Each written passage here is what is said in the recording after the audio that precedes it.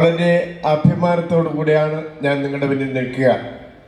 Emmanuel college, ദൈവം നമ്മോടുകൂടെ, അതാണ് ഇമ്മാനുവൽ. ഇവിടെ ദൈവം നമ്മോടുകൂടെ ആയിരിക്കുന്ന ഈ മനോഹരമായ സ്ഥലത്ത് നമ്മളെല്ലാവരും ഇവിടെ ആയിരിക്കുകയും ഇന്ന് നമ്മൾ ആദ്യമായിട്ട് വരുന്ന കുഞ്ഞ് സഹോദരരെ അവരുടെ മാതാപിതാക്കളെല്ലാം സ്വീകരിക്കുകയും ചെയ്യുകയാണ്. പ്രകൃതി എത്രയോ മനോഹരമായിരിക്കുന്നു. ഇവിടെ നിന്നാൽ മല തൊട്ടടുത്ത് നിൽക്കുകയാണ്. അത് അങ്ങോട്ട് നോക്കുമ്പോൾ നമുക്കറിയാം. സുന്ദരമായ ഒരു പ്രദേശം, പഠിക്കുവാൻ ഏറ്റവും യോഗ്യമായ ഒരു പ്രദേശം. ഈ പ്രദേശത്തേക്കാണ് നിങ്ങളിവിടെ കടന്നു വന്നിരിക്കുക. ഈ മനോഹരമായ സുന്ദരത്തിൽ അഭിമാനത്തോടുകൂടെ നമ്മുടെ മധ്യേ കുമാരി ശ്രീജ ആയിരിക്കുകയാണ്. അവരുടെ അനുഭവത്തിലൂടെ ഉള്ള കാര്യങ്ങളാണ് അവർ പറഞ്ഞത്. കൂടുതലായിട്ട് അവർ പറഞ്ഞില്ലല്ലോ. അനുഭവത്തിലൂടെ ഇവിടെ എത്തിപ്പെട്ട ആ നിമിഷങ്ങളെക്കുറിച്ച് അവർ പറയുകയായിരുന്നു. നമ്മളിവിടെ തൊട്ടടുത്തൊരു മല ഉണ്ട്. ആ മലയിൽ 2 വഴിയിലൂടെ അതിൻ്റെ മുകളിലെത്താം. കുറച്ച് അങ്ങോട്ട് പോയി കുടപ്പുറം കൊണ്ട് പോയിട്ട് അവിടെ കൂടെ വണ്ടിയിൽ പോയിട്ട് പിന്നെ നടന്ന് അങ്ങോട്ട് കയറാം. അതോടൊപ്പം ഇവിടെ കൂടെ നേരെ മുകളിലോട്ട് കയറാം. ചിലർ എളുപ്പ വഴി സ്വീകരിച്ച് വണ്ടിയിൽ പോയിട്ട് അവിടെ കൂടെ അങ്ങ് പോകും. ചിലരാണെങ്കിലോ റിസ്ക് എടുത്ത് ഇവിടെ കൂടെ നടന്നു തന്നെ കയറാമെന്ന് വിചാരിച്ച് അവിടെ മുകളിലെത്താൻ ശ്രമിക്കും. ഇതാണ് നമ്മൾ കാണുക. പൊന്മുടി കയറിയവരെല്ലാം അങ്ങനെ ആയിരുന്നുവല്ലോ. അവർ റിസ്ക് എടുത്ത് കയറിയവരാണ്, ഇല്ലാത്തവരാരും. അതാണ് ശ്രീജ പറയുവാനായിട്ട് ആഗ്രഹിച്ചത്. ആ ഒരു ഇതിലൂടെ കടന്നു പോയാൽ മാത്രമേ നമുക്ക് അഭിമാനമായിട്ട് മുകളിലെത്താനായിട്ട് സാധിക്കുള്ളൂ. ഒരിക്കലും എത്താനായിട്ട് സാധിക്കില്ല. അതുള്ള സംവിധാനങ്ങളെല്ലാം തന്നെ ഇവിടെ ഉണ്ട്. ഇവിടെ റാഗിങ് പോലുള്ള ഒരു പരിപാടിയുമില്ല, നടക്കില്ല. അവർ വീട്ടിലിരിക്കും. അതാണ്. അതോടൊപ്പം പിന്നെ ഇവിടെ നല്ല അധ്യാപകരും പ്രിൻസിപ്പൽ അധ്യാപകരും എല്ലാവരും ഉണ്ട്. നിങ്ങളുടെ എല്ലാം സുരക്ഷിതത്വം നോക്കുന്നവരാണ് എല്ലാവരും. അവർ നിങ്ങളുടെ സുരക്ഷിതത്വം മാതാപിതാക്കൾ കുടുംബത്തെ നോക്കുന്നത് പോലെ നിങ്ങളുടെ സുരക്ഷിതത്വം നോക്കുന്നവരാണ്. ഒരു ഇതുമില്ല ഇവിടെ. രാഷ്ട്രീയമില്ല. 2 കോടതി വിധികളാണ് ഞാൻ പോയി എറണാകുളത്തുനിന്ന് അഡ്വക്കേറ്റ് ബെച്ചുകുരി, ഇപ്പം ജഡ്ജിയാണ്, അദ്ദേഹത്തെ സമയത്ത് എടുത്തത്. ഒരു രാഷ്ട്രീയം പാടില്ല അതിനകത്ത്. രണ്ടാമത് യൂണിയൻ ഇലക്ഷൻ, സാധാരണ ഇലക്ഷൻ. യൂണിയൻ ഉണ്ട്, സാധാരണ ഇലക്ഷൻ, അല്ലാതെ വേറെ ഒന്നില്ല. അത് കോടതി വിധിയാണ്. അതുകൊണ്ട് ഒന്നുകൊണ്ട് തമ്മിലടിച്ച് എന്തിനു വേണ്ടിയാണ്? നമ്മുടെ കുഞ്ഞുമക്കൾക്ക് വേണ്ടിയാണ്. തമ്മിലടിച്ച് ഇവിടെ കിടന്ന് പിന്നെ ഒന്നും ഉണ്ടാകരുത്. അതിനു വേണ്ടിയാണ് എടുത്തിരിക്കുക. അല്ലാതെ ഞങ്ങൾക്ക് വേണ്ടിയതല്ല. എനിക്ക് എൻ്റെ ആവശ്യമില്ല, ഞങ്ങൾക്ക് ആവശ്യമില്ല, പ്രിൻസിപ്പളിന് ആവശ്യമില്ല, അച്ഛന്മാർക്ക് ആവശ്യമില്ല, അധ്യാപകർക്ക് ആവശ്യം. നിങ്ങൾക്ക് വേണ്ടിയാണ്. നിങ്ങൾ കിടന്ന് തമ്മിലടിച്ച് എത്രയോ അനുഭവങ്ങൾ നമ്മുടെ ഇവിടെ NSS കോളേജിൽ അങ്ങ് ഇടുക്കിയിലൊക്കെ ഉണ്ട്. എൻ്റെ മനസ്സിലൂടെ എല്ലാം ഇപ്പോഴും കടന്നു പോകുന്ന ഒന്നാണ്.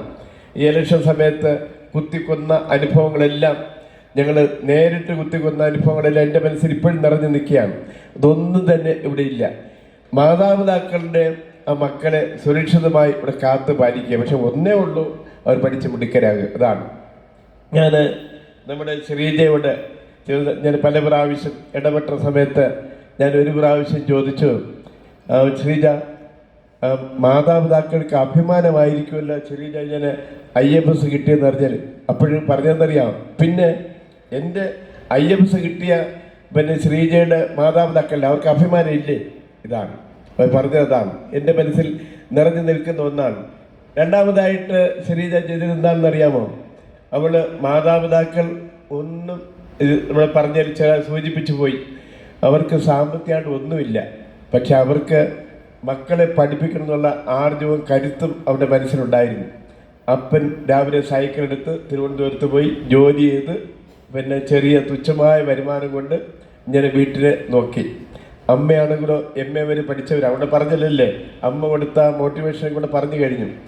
അമ്മ വീട്ടിലിരുന്ന് മക്കളെ, പിതാവിനെ, അമ്മയെ 2 മക്കളെയും സംരക്ഷിച്ച് നന്നായിട്ട് മുന്നോട്ട് പോയി.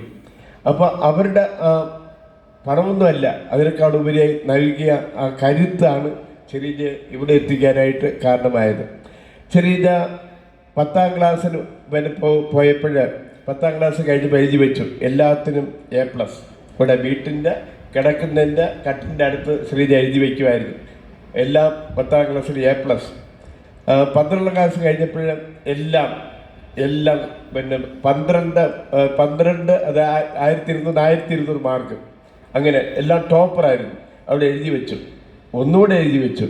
ഞാൻ IFSൽ 20-ാം റാങ്കിന് താഴെ ഞാൻ പാസ്സാകും. ഇതാണ് ശ്രീജ എഴുതി വെച്ചിരുന്നത് വീട്ടിൽ. ഞാൻ വെറുതെ കളിയാക്കി ചോദിച്ചു, ചുവരൊക്കെ കൊച്ചുകുട്ടികളെ പോലെ ചീത്തയാക്കിയല്ലേ എന്ന്. അപ്പോൾ പറഞ്ഞു, ഞാൻ ഇപ്പോഴും അഴിച്ചു കളഞ്ഞെന്ന് പറഞ്ഞു. ഇപ്പോഴും അത് അഴിച്ചു കളഞ്ഞെന്നാണ് ശ്രീജ എന്നോട് പറഞ്ഞത്. അപ്പോൾ ആ ഒരു മോട്ടിവേഷൻ, അതാണ് ഇവിടെ പറഞ്ഞത്. നമ്മൾ എവിടെ എത്തിപ്പെടണം, ഇതാണ് നമ്മൾ പിന്നെ കാണേണ്ടത്. ശ്രീജ മാത്രമല്ല, ഇവിടെ ഇരിക്കുന്നതാണ് യൂണിവേഴ്സിറ്റി ടോപ്പേഴ്സ് എല്ലാം ഇവിടെ ഇരിക്കുകയാണ് അല്ലേ. എല്ലാവരും മാതാപിതാക്കളുടെ അഭിമാനമാണ്.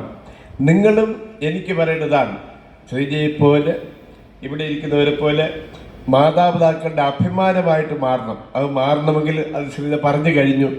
നിങ്ങൾ ഒരു ലക്ഷ്യം മുന്നിൽ കണ്ടുകൊണ്ട്, ഞാൻ പറഞ്ഞല്ലോ, ഈ മല കയറി 2 വഴി, എളുപ്പവഴി കൂടെ കാറിലേക്ക് പോകാം, ഇവിടെ കൂടെ ഒക്കെ ആണെങ്കിൽ റിസ്ക് ആകും. പക്ഷേ അവർ പിന്നെ ഈ വഴിക്ക് കയറുന്നവരാണ് റിസ്ക് അതിജീവിച്ച് മുന്നോട്ട് പോകുന്നവർ. ഇനിയിപ്പോൾ ശ്രീജ അവിടെ തന്നെ ചെറിയ പരിശീലനത്തിന് വേണ്ടി മസൂറി പോവുകയാണ്. ഞാൻ പണ്ട് പോയിട്ടുണ്ട്. സുന്ദരമായ ഹിമാലയത്തിൻ്റെ അടിവാരത്തുള്ള ഒരു പ്രദേശമാണ്.